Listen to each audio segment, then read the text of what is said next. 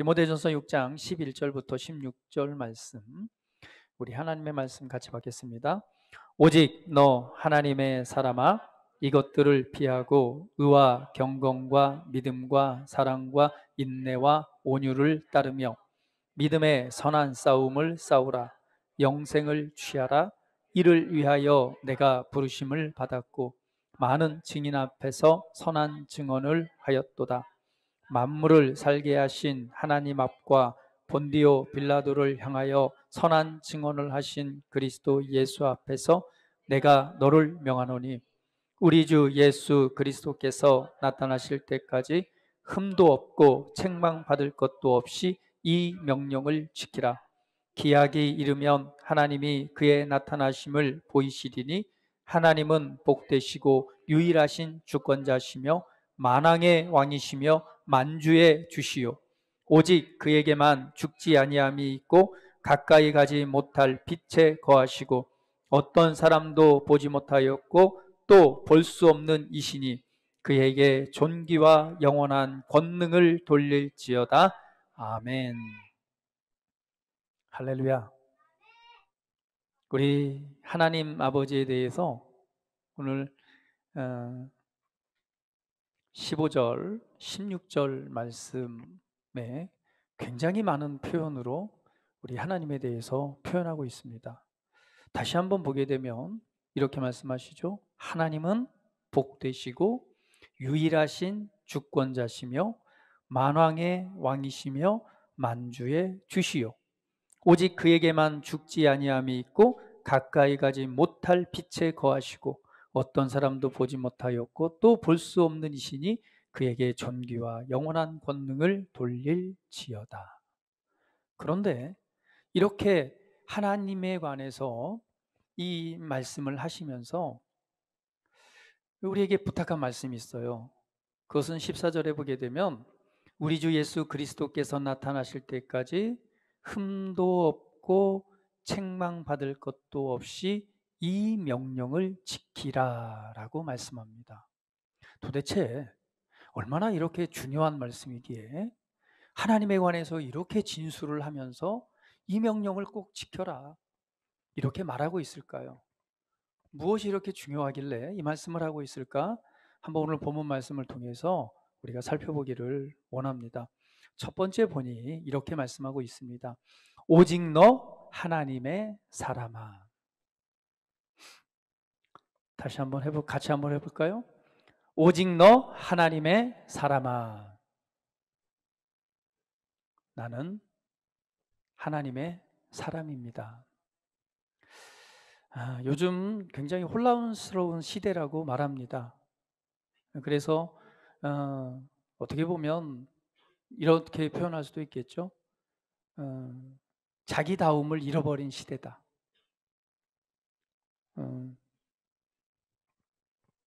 자신의 정체성을 잃어버린 시대다. 이렇게 말할 수도 있겠죠. 내가 누구인지를 모르죠. 아버지는 아버지다움을 잃어버리고 어머니는 어머니다움을 잃어버리고 또 각자의 또 우리 정치인들도 있다면 정치인도 마찬가지로 정치인은 정치인다움을 잃어버리고 많은 혼란스러운 시대에 살고 있습니다.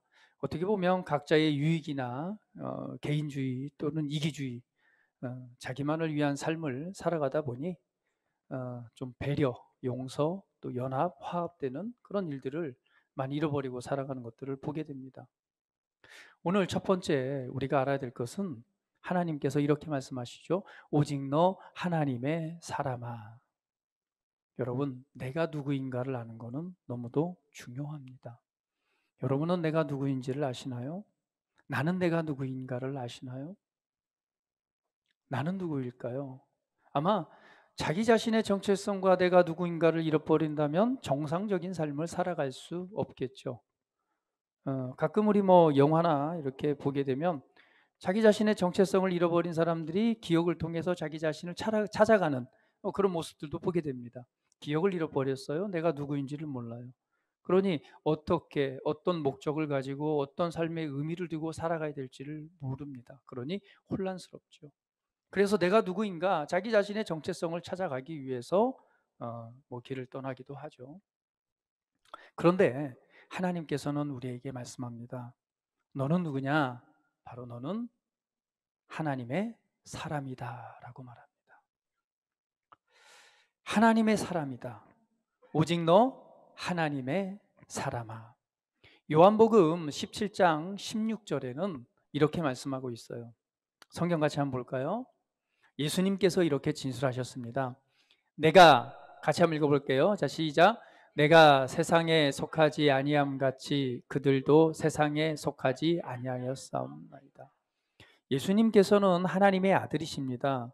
그리고 예수님께서는 이 땅에 보내심을 받으셨습니다. 그래서 그런 보내심을 받은 예수님께서는 예수님 자신이 누구인지를 정확하게 알고 계셨어요.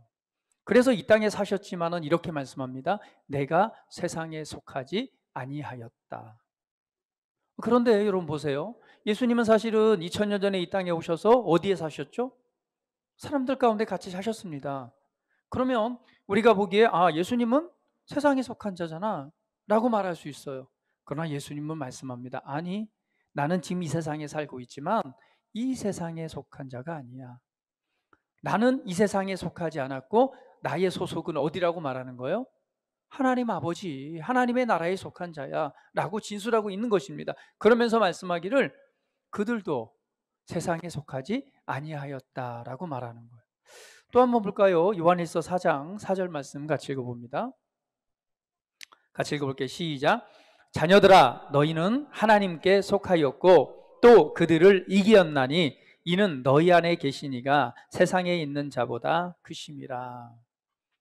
자녀들아 너희는 하나님께 속하였고. 자, 우리에 관해서 말씀하고 있는 거죠. 우리는 어디에 속했다고요? 하나님께 속해 있습니다. 그래서 자녀들아 너희는 하나님께 속하였고. 요한일서 3장 2절은 또 같이 보도록 합니다. 자, 시작. 사랑하는 자들아 우리가 지금은 하나님의 자녀라. 장래에 어떻게 될지는 아직 나타나지 아니하였으나 그가 나타나시면 우리가 그와 같을 줄을 아는 것은 그의 참모습 그대로 볼 것이기 때문이니. 여기에서도 말합니다. 사랑하는 자들아 우리가 지금은 하나님의 자녀다라고 말합니다. 그리스도인인 나는 누구인가? 나는 이 세상에 살아가고 있지만 이 세상에 속한 자가 아니라는 거예요. 나는 어떤 사람이냐? 바로 하나님의 자녀다라고 말씀하고 있습니다. 나는 이 세상에 살고 있지만 이 세상에 속한 자가 아니고 나는 이 세상에 살고 있지만 하늘에 속한 자요, 천국의 시민권을 가진 자요, 더 나아가서는 하나님의 자녀, 하나님의 실제적인 아들이다라고 말씀하고 있습니다. 오늘 내가 누구인가를 안다면 나는 어떻게 삶을 살아가야 될지를 알겠죠. 그리스도인인 내가 누구인가를 알 때 우리는 그리스도인답게 살아갈 수 있습니다. 여러분 기억하세요. 저와 여러분은 세상에 살고 있지만 세상에 속한 자가 아닙니다. 성경은 그래서 우리를 그리스도의 대사들이다라고 말합니다. 대사들은 뭐죠? 보내심을 받은 자죠. 왜 보냈죠? 그 나라의 대표자 역할을 하라고 보낸 것입니다. 근데 소속은 어디예요? 그 나라에 소속된 거죠. 우리나라에도 수많은 대사관들이 있습니다. 그렇죠? 각국에서 보낸 대사관들이 있어요. 그러나 그 대사관에 우리 지금 대한민국에 살고 있지만 그 사람들은 대한민국에 속한 자가 아니래요. 그들의 나라는 어디예요? 각자의 나라들이 있습니다. 그곳에서 보내심을 받았기 때문이죠. 그래서 성경은 우리 그리스도인들에 대해서 말씀하는 거예요. 너희는 그리스도의 대사들이다. 그러면 오늘 나의 정체성, 나는 어디에 속한 자인가? 오늘 말씀한 것처럼 세상에 속하지 아니하였고 하나님께 속한 자예요. 천국의 시민권을 가진 자, 하나님의 나라에 소속된 자라는 거죠. 단지 이 땅에 살아가는 것은 무엇을 위해서, 어떤 목적을 위해서 보내심을 받았다는 겁니다. 보내심을 받았을 때는 그 나라에 가지고 있는 그 나라의 권한, 그죠? 그 나라의 능력, 그리고 그 나라를 대표할 수 있는 대표자로 이 땅에 와 있는 거예요. 그래서 우리는 보통 사람이 아닌 것이죠. 한번 고백해볼까요? 옆 사람 보면서 나는 보통 사람이 아닙니다. 나는 하나님의 나라의 대표자입니다. 할렐루야. 그렇기 때문에 대표자로서 보내실 때 아무런 권한을 주지 않고 보내신 것이 아니죠. 대표자로 보낼 때는 그 나라를 대표할 수 있는 권리와 권한을 줘서 보내는 것입니다. 그래서 우리에게는 누가 계신 거예요? 성령 하나님이 계신 것이고 그분의 권능이 지금 내 안에 역사하고 있는 것입니다. 예수님을 대표할 수 있는 대표자로서 우리는 보내심을 받은 자죠. 그렇기 때문에 예수 이름의 권세가 우리 안에 있는 것입니다. 그러면 그러한 대표자로 내가 이 땅에 보내심을 받았다면 세상에 속한 자처럼 세상을 본받는 자의 삶을 살아가는 것은 올바른 삶이 아니겠죠. 도리어 그 나라를 전파하고 보여주고 그 하나님의 살아계심을 나타낼 수 있는 자로서의 삶을 살아가는 것이 그리스도인의 삶이 되어야 될 것입니다. 그러나 내가 누구인가를 모른다면 그런 삶을 살아갈 수 없겠죠. 그래서 오늘 본문 말씀은 우리에게 말씀하는 겁니다. 오직 너 하나님의 사람아. 다시 한번 고백합니다. 나는 하나님의 사람입니다. 다시 한번 나는 하나님의 사람입니다. 나는 하나님께 속해 있습니다. 나는 하나님의 아들입니다. 나는 그리스도의 대사입니다. 나는 세상의 빛입니다. 나는 그리스도의 향기입니다. 나는 그리스도의 메시지입니다. 나는 그리스도의 빛입니다. 할렐루야. 오늘 내가 누구인가를 바르게 아십시오. 두 번째는 오직 너 하나님의 사람아 이것들을 피하고 의와 경건과 믿음과 사랑과 인내와 온유를 따르며. 우리가 하나님의 사람이라면 피해야 될 것과 따라야 될 것이 있다라고 말씀하고 있습니다. 무엇을 피해야 될까요? 첫 번째, 오늘 이것들을 피하고 이것을 따르라. 우리는 하나님께 속했고 하나님의 사람들입니다.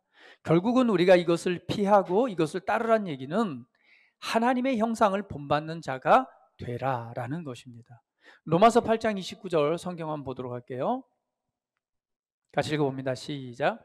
하나님이 미리 하신 자들을 또한 그 아들의 형상을 본받게 하기 위하여 미리 정하셨으니 이는 그로 많은 현재 중에서 맏아들이 되게 하려 하심이라. 하나님께서 미리 하신 자들을 또한 무엇을 하기 위해서요? 그 아들의 형상을 본받게 하기 위해서 미리 정하셨다라고 말합니다. 그리고 이는 그로 많은 형제 중에서 맏아들이 되게 하려 하심이라. 맏아들, 장자가 되게 하셨다는 거죠. 누가요? 예수님께서. 예수님께서 그 본을 보이셨듯이 우리 예수님께서 왜 장자가 되게 하셨는가? 장자라고 하는 것은 뭐예요? 그 다음부터 그 아들들이 있다는 거 없다는 거예요? 있다는 얘기죠. 그러니까 예수님께서 우리와 같은 장자, 맏아들이 되게 하신 것은 그 다음에 우리와 하여금 무엇이 되게 하기 위해서? 그 아들들이 되게 하기 위해서. 그 아들이 됐다는 얘기는 결국은 무엇을 말씀하고 있는 거예요? 그 아들의 형상을 본받게 하기 위해서. 그래서 하나님께서 우리를 부르시고 하나님의 사람들은요 바로 예수님의 형상을 닮아가는 자, 예수님의 형상을 본받는 자가 돼야 되는 것입니다. 갈라디아서 4장 19절에는 바울이 이렇게 말씀하고 있어요. 같이 읽어볼게요. 나의 자녀들아 너희 속에 그리스도의 형상을 이루기까지 다시 너희를 위하여 해산하는 수고를 하노니. 여기에서 바울이 말합니다. 나의 자녀들아 너희 속에 그리스도의 형상이 이루기까지 내가 다시 한번 해산하는 수고를 한다라고 말하는 거죠. 그러니까 바울이 하나님 앞에서 말씀을 가르치고 사역했던 방향성은 무엇이라고 말씀하고 있어요? 결국은 그리스도의 형상을 본받게 하는 것입니다. 그러면 우리 하나님의 사람들이 이 땅 가운데서 살아가는 삶의 이 방향은 뭐냐면 오늘 하나님의 사람이 됐다면 우리는 어떤 사람이 돼야 돼요? 그리스도의 형상을 본받는 자가 돼야 되는 거예요. 할렐루야. 세빈이가 제일 믿음이 좋아요. 그리스도의 형상을 본받는 것, 오늘 그리스도와 같은 삶을 살아가는 자가 되는 것이 하나님의 계획하심이고 하나님의 미리 정하심이라는 거예요. 할렐루야. 이런 말을 하면 되게 부담스러워요. 왜? 예수님을 본받는 것? 아니, 예수님은 내가 보기에 너무 먼데 예수님은 하나님이신데 내가 어떻게 예수님을 본받아? 예수님처럼 내가 어떻게 사랑하고 예수님처럼 어떻게 말을 하고 어떻게 행동해? 이건 나하고 너무 먼 것 같아. 먼 나라 얘기 같아. 나는 그럴 수 없어. 그러나 말씀에서 그렇다고 하면 그런 것입니다. 그리스도의 형상을 본받는 자, 그리스도의 형상을 이루기까지라고 한다면 결국은 우리는 그러한 자로 부르심을 받았고 또 그러한 삶을 살아갈 수 있다라고 말씀하는 거예요. 우리가 완전히 예수님과 똑같이 예수님처럼 그런 똑같은 삶을 살아갈 수는 없겠죠. 그러나 예수님께서 이 땅에 사셨던 삶의 모습을 보이셨기 때문에 우리는 그러한 삶을 본받는 삶을 살아갈 수 있는 존재로 우리를 부르셨다는 겁니다. 이 말은 무슨 말이냐면 하나님께서 그리스도 예수 안에서 우리를 예수님과 같은 삶을 살아갈 수 있는 그런 존재로 새롭게 창조하셨다는 말씀입니다. 그리스도 안에 있으면 새로운 피조물이라고 그랬죠. 새로운 피조물은 새로운 창조물입니다. 이전 것은 지나갔다라고 말했죠. 아마 우리가 예수님을 알기 이전에는 예수님을 따를 수 있는, 본받을 수 있는 그런 자격도 안 됐지만 따라가고 싶어도 그렇게 할 수 없는 존재였어요. 왜? 본질상 진노의 자녀, 우리의 본성 자체가 하나님을 닮고 따라갈 수 없는 존재였습니다. 그러나 하나님께서 아들의 형상을 본받게 하기 위해서 우리를 선택하셨고 우리를 부르셨습니다. 그래서 하신 일이 뭐냐면 예수님께서 십자가의 죽으심과 속량을 통해서 우리를 새롭게 하신 것이죠. 그래서 성경은 이렇게 말합니다. 예수님이 십자가에 못 박힐 때 나도 함께 못 박혔고, 예수님이 장사 지낼 때 나도 함께 장례가 치러졌고, 예수님이 다시 살아나실 때 나도 함께 일으키심을 받았고, 예수님께서 하늘에 앉으실 때 나도 함께 하늘에 앉았고. 대단한 말씀입니다. 우리를 하나님의 형상을 본받는 자가 되게 하기 위해서 예수님은 나와 하나가 되셨습니다. 이게 연합입니다. 어떻게 하나가 됐죠? 죄인은 아니시지만 죄인된 우리의 형상을 입고 우리에게 오셨죠. 그렇기 때문에 이 일은 저와 여러분에게 실제적으로 이루어진 일입니다. 그래서 예수님께서 죽으실 때 나도 죽었어요. 따라봅니다. 나는 죽었습니다. 옛사람은 죽은 거예요. 네, 옛사람은 죽었습니다. 그리고 예수님께서 새로운 하나님의 생명으로 일으키심을 받았을 때 나도 하나님 앞에서 새로운 피조물로, 새로운 창조물로 거듭나게 되는 것입니다. 그렇기 때문에 우리가 이 거듭나는 순간에 함께 어디로 올라가요? 하늘에 올라간 자가 되는 거예요. 그리고 이 땅에 보내심을 받은 그리스도의 대사가 된 것입니다. 그러므로 저와 여러분은 하나님의 아들을 형상을 본받을 수 있는 자격과 그렇게 살 수밖에 없는 그러한 본성이 우리 안에 선물로 주어졌다는 것입니다. 한번 이렇게 고백해 볼까요? 하나님의 본성이 내 안에 역사하고 있습니다. 본성이라고 하는 건 뭐예요? 본질적인 거잖아요. 그 본성은 바뀌지 않아요. 그렇게 살 수밖에 없어요. 그렇죠? 강아지가 태어나면요, 개가 돼요. 왜죠? 강아지의 개의 본성이 있기 때문에 강아지가 되는 거예요. 마찬가지입니다. 우리를 하나님께서 새롭게 지으실 때 우리 안에 무엇을 넣어주셨어요? 옛사람은 죽고 새롭게 일으키실 때 하나님의 본성을 확 넣어준 거예요. 그 하나님의 본성이 바로 의요, 하나님의 생명이요, 하나님의 사랑이요. 할렐루야. 그래서 우리는 이 본성을 따라서 아들의 형상을 본받는 자가 될 수 있는 거예요. 하나님의 의로 살아갈 수 있는 존재, 하나님의 생명으로 살아갈 수 있는 존재, 하나님의 사랑으로 살아갈 수 있는 존재가 된 거죠. 그래서 이렇게 말합니다. 원수도 사랑하라. 아니, 원수를 어떻게 사랑해요? 그러나 예수님께서 사랑하셨듯이 그 사랑을 내게 부어주셨기 때문에, 그 사랑의 본성이 있기 때문에 사랑할 수 있습니다. 말씀에서 그렇게 말씀하고 있다면 그럴 수 있는 거예요. 여러분의 믿음을 말씀 위에 둔다면 그러한 삶이 여러분과 여러분의 삶을 변화시킬 것입니다. 그래서 우리는 너 하나님의 사람아, 바로 무슨 존재가 이것들을 피하고 이것을 따르라라고 하는 것은 예수님의 성품을 본받는 자가 되라는 거예요. 예수님의 성품을 따라가는 자가 되라는 거예요. 그러면 이것들을 피하고 무엇을 피하라고 하는 것인가? 한번 피한다고 하는 것은 이거죠. 그것들을 피하는 것, 도망하다, 뭐 이런 뜻이 있습니다.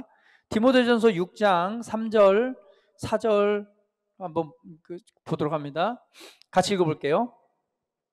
누구든지 다른 교훈을 알며 바른 말, 우리 주 예수 그리스도의 말씀과 경건에 관한 교훈을 따르지 아니하면 그는 교만하여 아무것도 알지 못하고 변론과 언쟁을 좋아하는 자니 이로써 투기와 비방과 악한 생각이 나며 마음이 6.5절 마음이 부패해지고 진리를 잃어버려 경건을 이익의 방도로 생각하는 자들의 다툼이 일어나느니라. 자, 여기에서 보면 이렇게 말하죠. 다른 교훈, 결국은 그리스도의 말씀과 경건에 관한 교훈을 따르지 아니하면 이렇게 말합니다.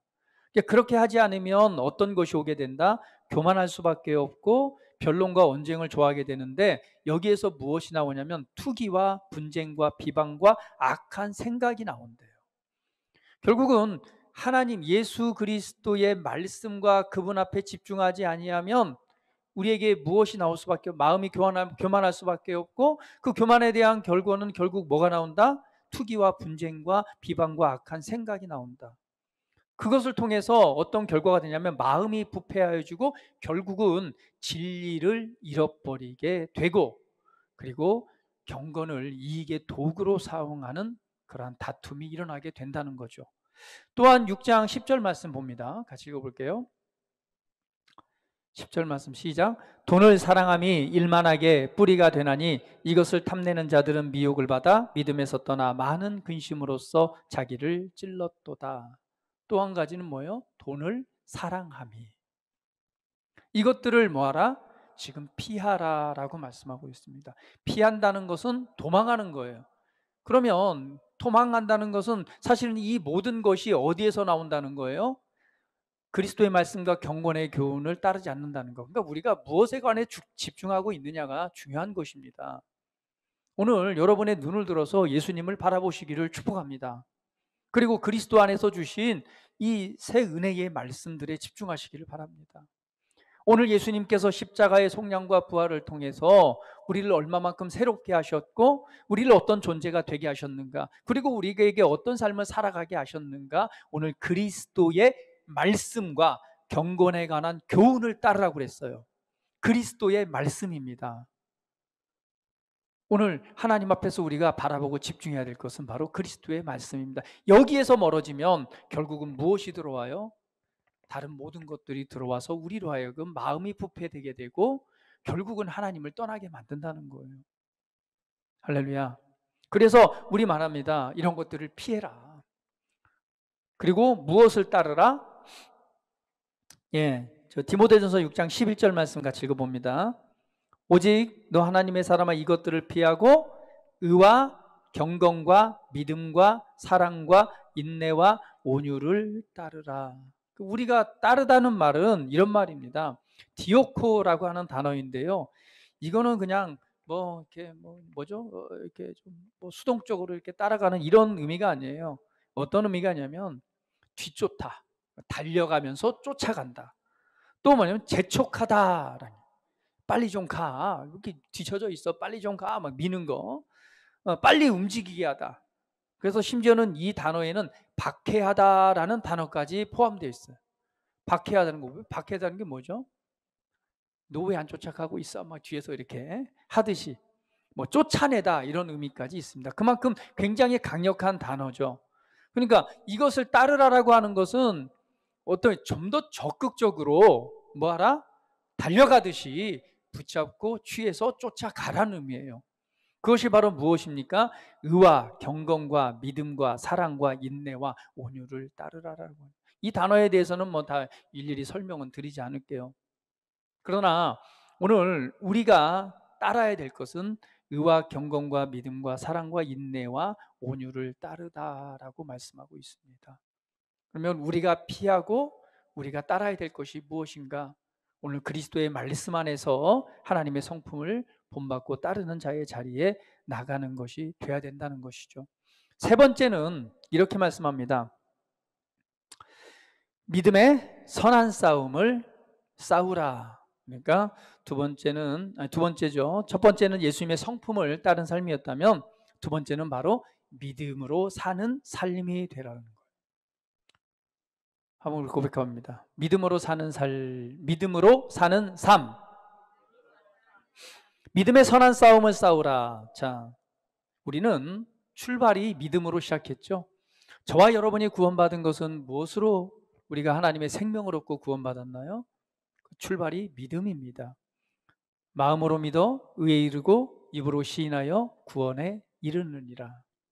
예. 그것처럼 우리는 믿음으로 시작해서 믿음으로 살아가는 삶이 돼야 됩니다. 그러면 믿음이란 뭘까요? 믿음의 선한 싸움을 싸우라.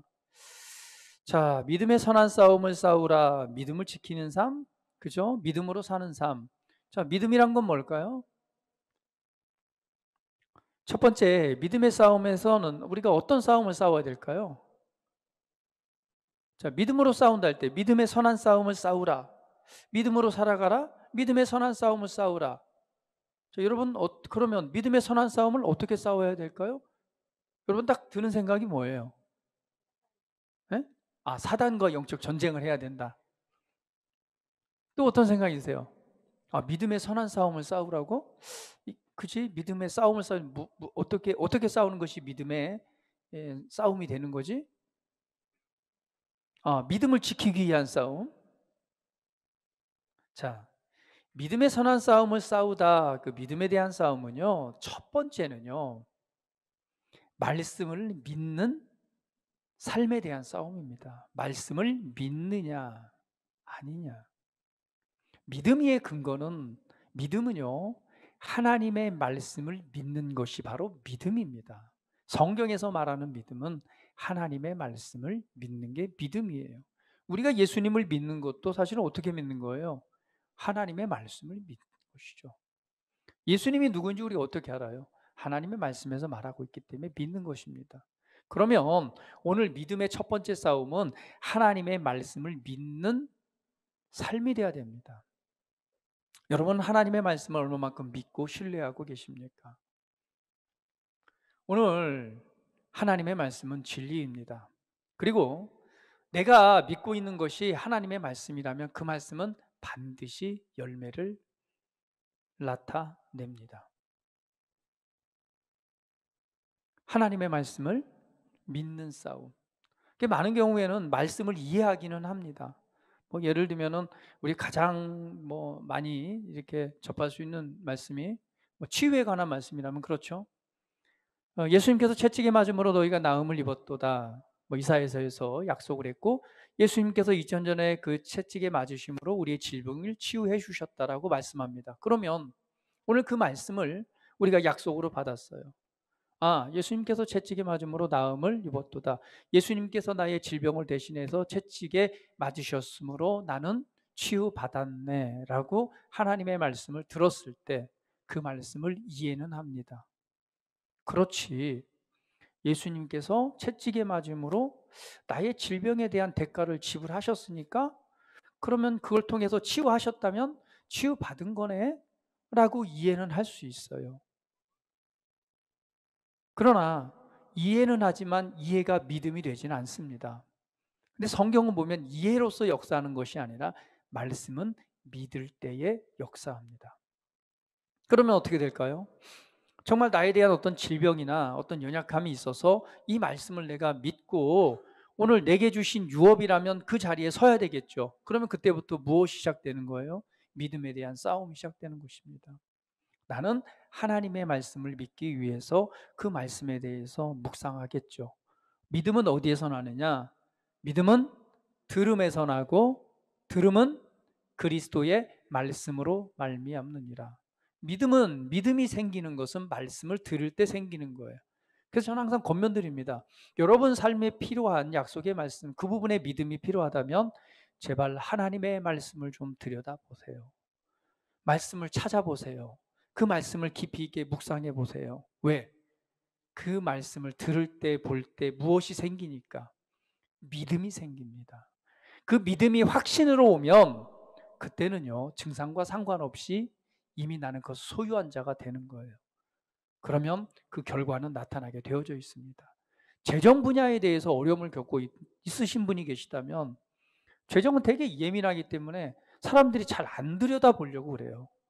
그러나 재정 분야에 대해서도 하나님의 말씀에서 뭐라고 말하고 있는가를 들어봐야 됩니다. 그래야 믿음이 생기고 그 믿음을 통해서 재정 분야에 대해서 뭐가 나타나요? 자유가 나타나고 그리고 회복이 나타나는 거예요. 믿음에 대한 싸움입니다. 다른 것이 아니에요. 어떤 분야든 여러분 삶에서 필요한 삶에서 적용할 말씀이 있다면 그 말씀을 깊이 있게 들여다보고 묵상하고 말씀을 들으십시오. 그러면 믿음이 생깁니다. 그러면 믿음을 소유했다면 진짜 믿음은 역사합니다. 믿음은 하나님의 말씀에 근거를 두는 거예요. 그래서 여러분이 믿고 있는 말씀이 진짜 하나님의 말씀을 믿었다 하면 그것은 믿음대로 역사가 나타납니다. 그래서 우리는 첫 번째는 말씀을 믿는 삶에 대한 믿음의 싸움이 돼야 됩니다. 바로 이 말씀을 믿는 삶은 실제가 돼야 되겠죠. 바로 실제가 될 때까지 사실은 우리에게 뭐가 필요해요? 말씀을 믿는 믿음의 자리, 그리고 때로는 그 말씀이 열매 맺어 나타날 때는 시간이 좀 필요해요. 그래서 인내가 필요한 것입니다. 성경은 우리에게 비유로 말씀합니다. 네 가지 밭에 대한 비유를 말씀하시죠. 하나님의 이 씨앗은 하나님의 말씀입니다. 이가 씨가 뿌려졌을 때 네 가지의 밭이 있다고 그랬어요. 첫 번째 밭은 길가입니다. 말씀은 하나님의 말씀이니까 좋은 씨예요. 좋은 씨가 말씀이 뿌려졌을 때 길가는 뭐예요? 그냥 와서 새가 쪼아먹습니다. 그러니까 열매 맺을 수가 없죠. 두 번째 땅은 뭐예요? 돌짝밭입니다. 말씀이 씨앗이 뿌려졌을 때 기뻐요. 아, 너무 좋아. 하나님의 말씀이 너무 좋아. 그러나 해가 뜨는 순간 얼마 못 가서 말라 죽습니다. 잠시 하나님의 말씀에 대한 기쁨은 맛봤지만 그것이 열매 맺지 못하는 거죠. 세 번째 땅은요, 가시와 엉겅퀴 사이에 떨어진 씨앗입니다. 그 땅은요, 비옥한 땅입니다. 그렇기 때문에 잘 자라나요. 잘 자라서 어느 정도 자라났을 때 가시와 엉겅퀴에 막혀서 더 이상 자라나지 못하는 씨앗입니다. 그 가시와 엉겅퀴를 뭐라고 하면 세상 재리와 염려라고 말하는 거예요. 세상에 속해 있는 재리와 염려, 근심, 그 다음에 그걸 말씀이 열매 맺지 못하도록 막고 있는 어떤 나의 가치 기준들이 되겠죠.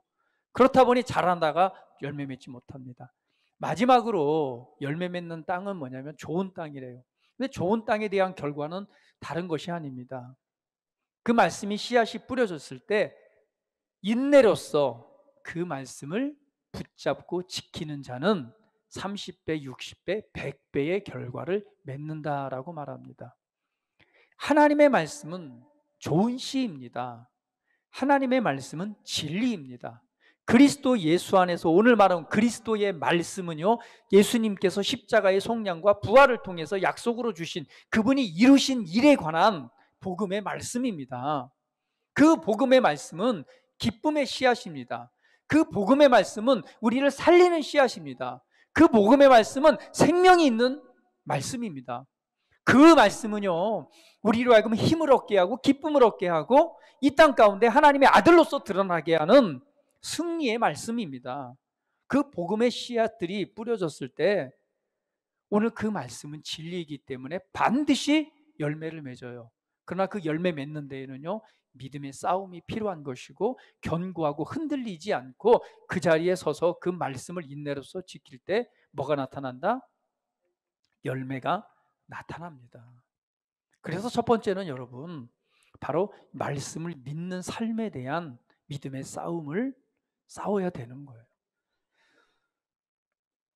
또 세 번째는요, 복음을 전하고 영혼을 이겨오기 위한 싸움이 바로 믿음의 싸움입니다. 우리가 말씀을 믿는 그 믿음의 자리에 서는 것, 더 나아가서 이제 뭐예요? 주님께서 주신 소명을 이루는 삶, 그것은 영적인 싸움입니다. 바로 죽어가는 영혼, 복음을 전해서 영혼을 이겨오는 싸움. 할렐루야. 이것이 저와 여러분들이 싸워야 될 삶인 거예요. 그래서 하나님의 말씀을 믿고 말씀의 유익을 누리는 삶만이 전부가 아닙니다. 그거는 너무나 당연한 거예요.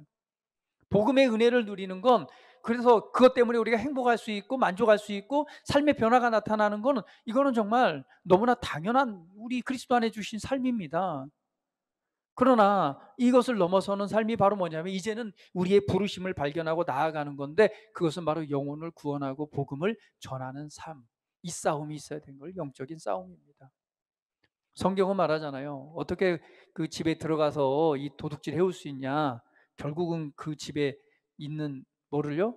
사람을 결박하지 않고 어떻게 그 물건을 훔쳐내올 수 있냐?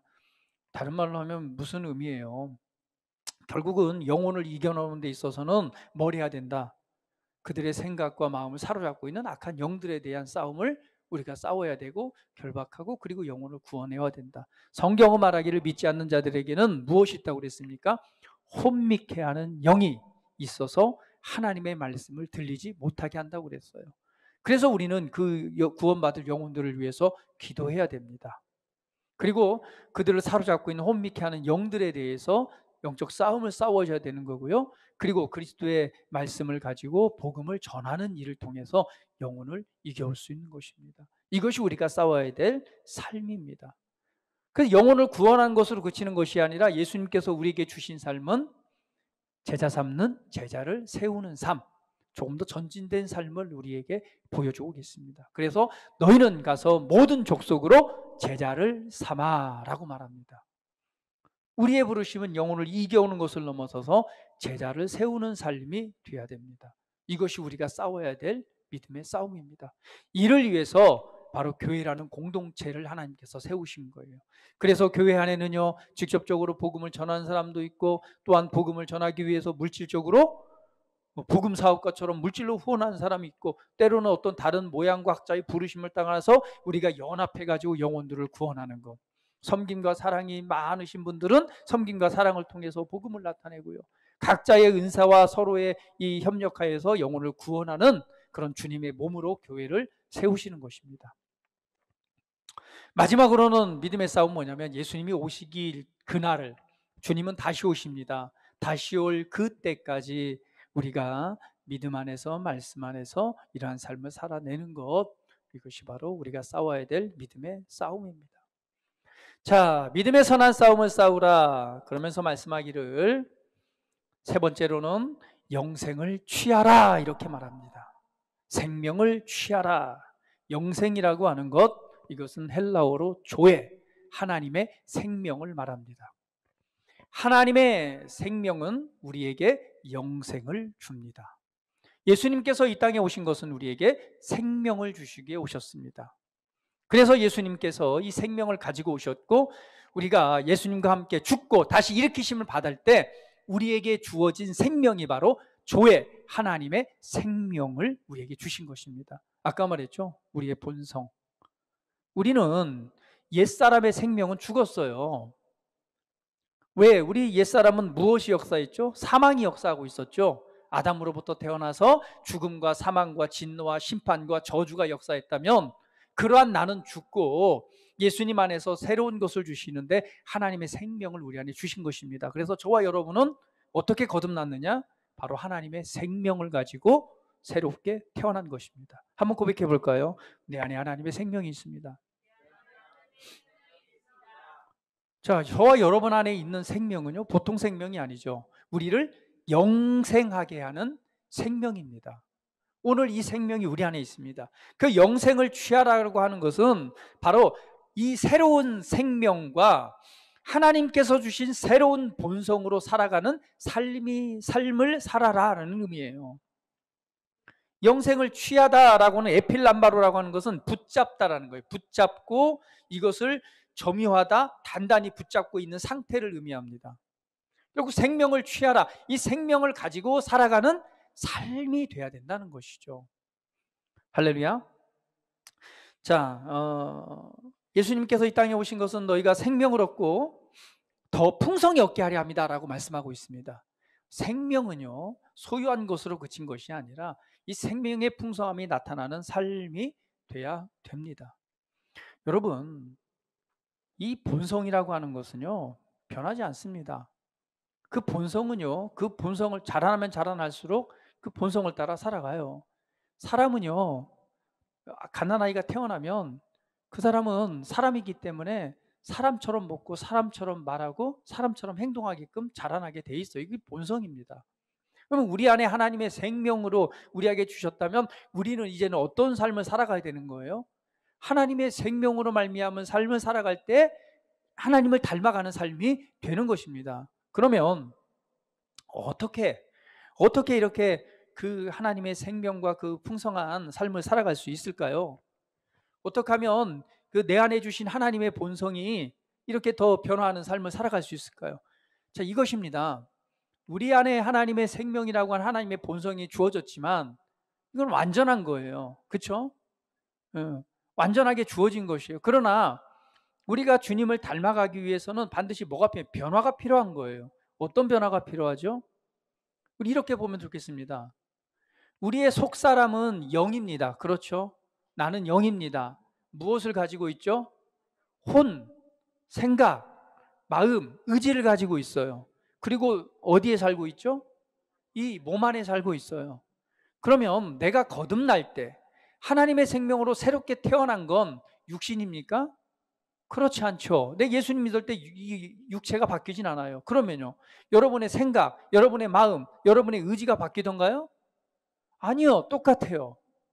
그러면 무엇이 거듭났나요? 무엇이 죽고 무엇이 살아났나요? 분명히 옛사람은 죽고 살아났다고 그랬어요. 그럼 무엇이 죽고 살아났나요? 여러분 예수님 믿었을 때 여러분의 마음과 생각 변화됐나요?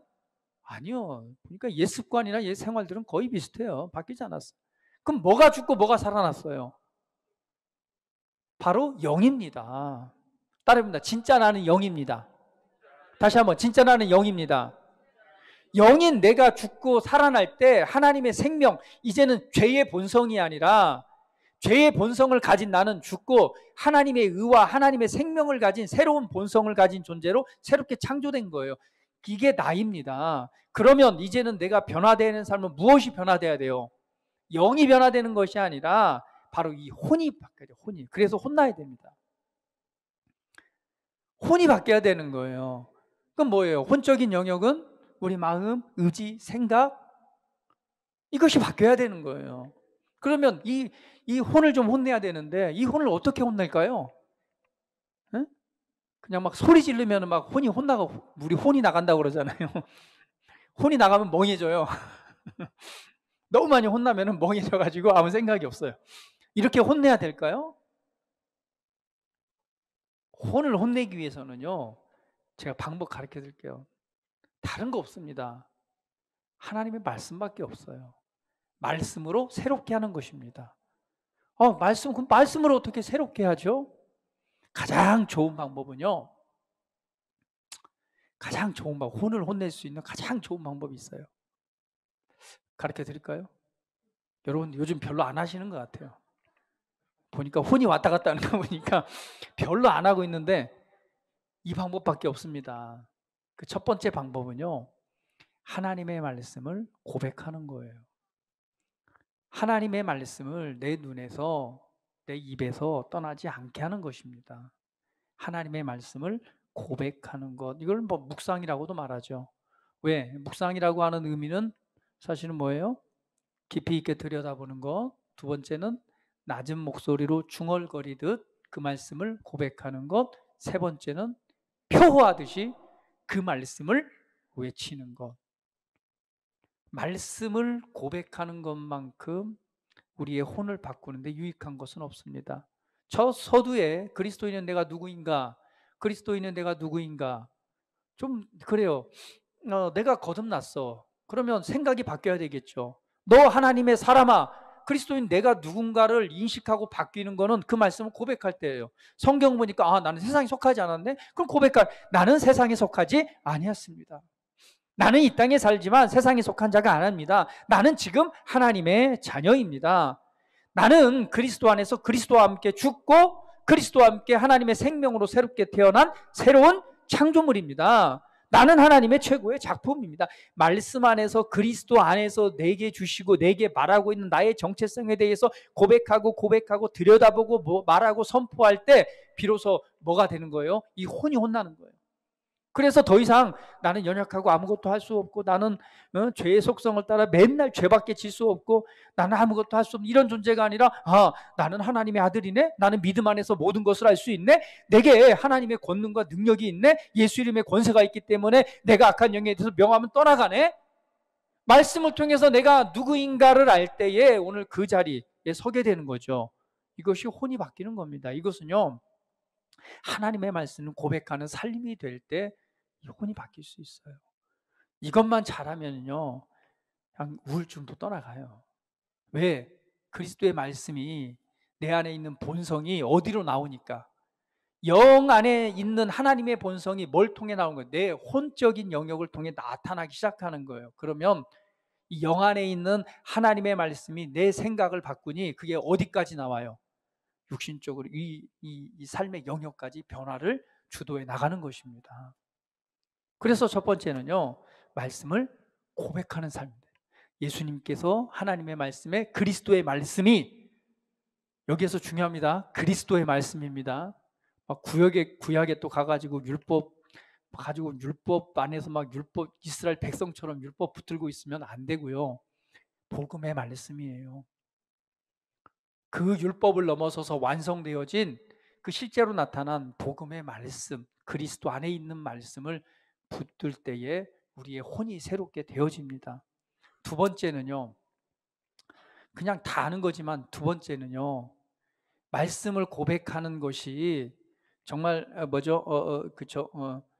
우리가 그 하나님의 생명과 본성으로 이 성장하고 그런 삶을 살아가는 것은 바로 우리의 혼을 새롭게 하는 것, 말씀으로 새롭게 하죠. 근데 이걸로는 완전하지 않아요. 우리 에베소서 3장 16절 한번 말씀 띄워주세요. 같이 한번 읽어볼게요. 에베소서 3장 16절. 자, 읽어봅니다. 시작. 그의 영광의 풍성함을 따라 그의 성령으로 말미암아 너희 속사람을 능력으로 강건하게 하시오며. 그의 성령으로 말미암아 너희 속사람을 능력으로 강건하게. 우리의 속사람이 강건해져야 되는 거예요. 이 속사람은요, 우리 영의 사람이요, 그리고 우리의 새롭게 되어지는 우리 영혼을 말합니다. 그러니까 우리의 속사람이 능력으로 강건해지는 것은 하나님의 말씀을 고백하는 것, 더 나아가서는 그러한 성령의 능력으로 이게 가능하다고 그랬잖아요. 결국 성령으로 말미암아 속사람이 능력으로 강건해지는 것은 하나님의 말씀을 고백하는 것 플러스 바로 영으로, 성령으로 기도하는 것입니다. 이거를 방언 기도라고도 말합니다. 우리 그리스도인들에게 하나님께서 주신 가장 큰 은혜 중에 뭐냐면은 모든 하나님의 은사와 선물들은요, 항상 밖을 향해 있습니다. 교회를 세우고 영으로 세운 일에 있다면 한 가지, 성령으로 방언으로 기도하는 것만큼은 우리 자신의 덕을 세우거니와 라고 말합니다. 너희가 영으로 기도하면, 방언으로 기도하면 덕을 세우고 너희 자신의 덕을 세우거니와 예언을 하면 교회의 덕을 세운다고 그랬죠. 덕을 세운다라고 하는 것은 실제 원어를 보면 너희 자신을 충전하고 건축하거니와 이런 말이에요. 그러니까 영으로 기도할 때, 방언으로 기도할 때 우리의 영 안에서 뭐가요? 영 안에서 성령으로 말미암아 기도할 때 우리 영 안에서 어떤 역할이 있어요? 우리를 충전하고 세우는 역할이 있는 거예요. 그래서 하나님의 말씀을 고백하는 것으로 고백하고 원리를 이해하고 새롭게 되어지만 이 새롭게 되어진 것이 진짜 믿음과 힘으로 나가기 위해서는요, 우리 안에 성령으로 말미암은 그 은혜가 나타나는데, 이것이 그 힘이 바로 뭐냐면 방언으로 기도할 때 이 일이 나타나요. 제가 흔히 비유합니다. 이 배터리라고 비유하잖아요. 알아요. 아는데 안 돼. 왜죠? 힘이 없기 때문에. 왜 힘이 없죠? 배터리가 다 되면은요, 모터가 돌질 않아요. 그럴 때는 빨리 충전을 하던가 이 배터리를 교체해 줘야 됩니다. 이 충전하는, 세우는 역할을 해주는, 그 세우는 은혜가 나타나는 게 방언의 기도입니다. 그래서 영으로 기도할 때 아는 것을, 알고 이해하고 있는 것을 행할 수 있고 그것이 열매로 나타낼 수 있는 그 힘을 밀어주는 것, 그 파워, 그게 바로 이 방언으로 기도할 때 세움이 일어납니다. 잘 모르겠다고요? 그러면 해보세요. 자, 세 번째는요, 바로 믿음에 대한 교제입니다. 그래서 반드시 하나님의 말씀을 받고 은혜에 대한 교제가 있어야 되는 거예요. 서로 받은 말씀과 내게 주신 은혜들을 나누는 거죠. 이것이 바로 셀에서, 그리고 성도 간에 서로 교제를 통해서 바로 이 은혜들이 나타납니다. 은혜를 주고 받고 나눔을 통해서 서로 연결되어져서 성장해 가는 것이죠. 그래서 오늘 이 세 번째로 새로운 영생을 취하다라고 하는 것은 바로 이 새로운 생명과 그 본성으로 사는 삶이에요. 그러한 삶이 되기 위해서는 이 세 가지를 기억하십시오. 말씀을 고백하는 삶, 바로 방언, 영으로 기도하는 것, 세 번째는 믿음의 교제를 통해서 이게 세워진다. 마지막으로는 이렇게 말씀합니다. 이를 위해 내가 부르심을 받았고 많은 증인 앞에서 선한 증언을 하였도다. 많은 증인 앞에서 선한 증언을 하는 것. 자, 디모데전서 6장 12절 13절 말씀 세 번역 성경으로 한번 읽어봅니다. 자, 시작. 믿음의 선한 싸움을 싸우십시오. 영원한 생명을 얻으십시오. 하나님께서 영생을 얻게 하시려고 그대를 부르셨고 또 그대는 많은 증인들 앞에서 훌륭하게 신앙을 고백하였습니다. 나는 만물에게 생명을 주시는 하나님 앞과 본디오 빌라도에게 훌륭하게 증언하신 그리스도 예수 앞에서 그에게 명령합니다. 할렐루야. 많은 증인들 앞에서 훌륭하게 신앙을 고백했다라고 말합니다. 마지막으로 우리는 많은 증인 앞에서 우리의 신앙을 고백하는 자. 그러니까 신앙을 고백하는 것은 우리 많은 증인들 앞에서도 할 수 있고 우리의 신앙을 또 누구한테서, 믿지 않는 자들에게도 얼마든지 할 수 있죠. 그 신앙을 고백하는 그러한 자가 되라. 오늘 성경은 너 하나님의 사람아 이러한 자가 되라, 이 명령을 지키라 라고 말합니다. 오늘 하나님의 말씀을 여러분 기억하면서 나는 하나님의 사람이다, 바로 예수님의 성품을 따르는 자, 이것들을 피하고 이것을 따르는 사람. 두 번째는 믿음의 선한 싸움을 싸우고, 세 번째로는 바로 영생을 취한 자, 새로운 생명과 본성으로 사는 삶, 그리고 우리의 신앙과 믿음을 고백하는 삶. 이것은 우리가 하나님의 사람으로서 반드시 따라야 될 삶의 모습을 우리에게 보여주고 있습니다. 여러분 이 말씀을 잘 붙드시고 여러분 삶에 적용하시면서 오늘 하나님의 사람으로서, 그리스도를 따르는 자로서 오늘 여러분 삶에 나타나시기를 예수님의 이름으로 축복합니다. 함께 기도하겠습니다.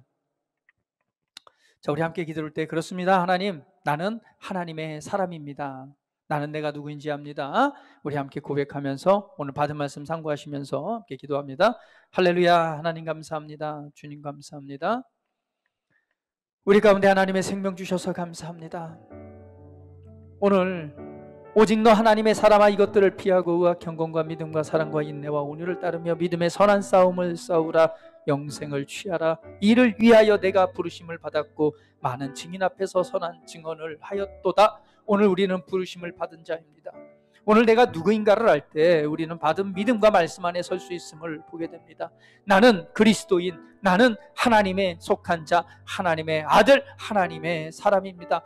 그렇다면 나는 예수님의 성품을 따르는 자가 되어야 되고 그를 본받는 자의 자리까지 나아가는 삶이 되어야 될 것입니다. 두 번째로는 바로 하나님의 말씀을 따라 믿음의 선한 싸움을 싸우는 자, 나아가서는 하나님의 생명과 하나님의 능력, 하나님의 본성으로 살아가는 영생을 취하고 붙드는 자의 삶이 되어야 될 것입니다.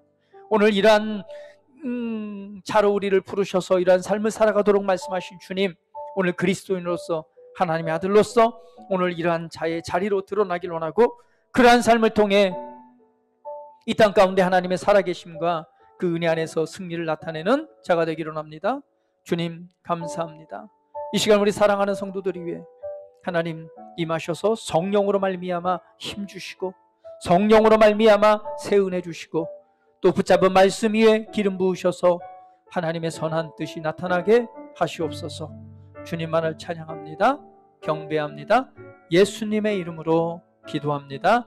아멘.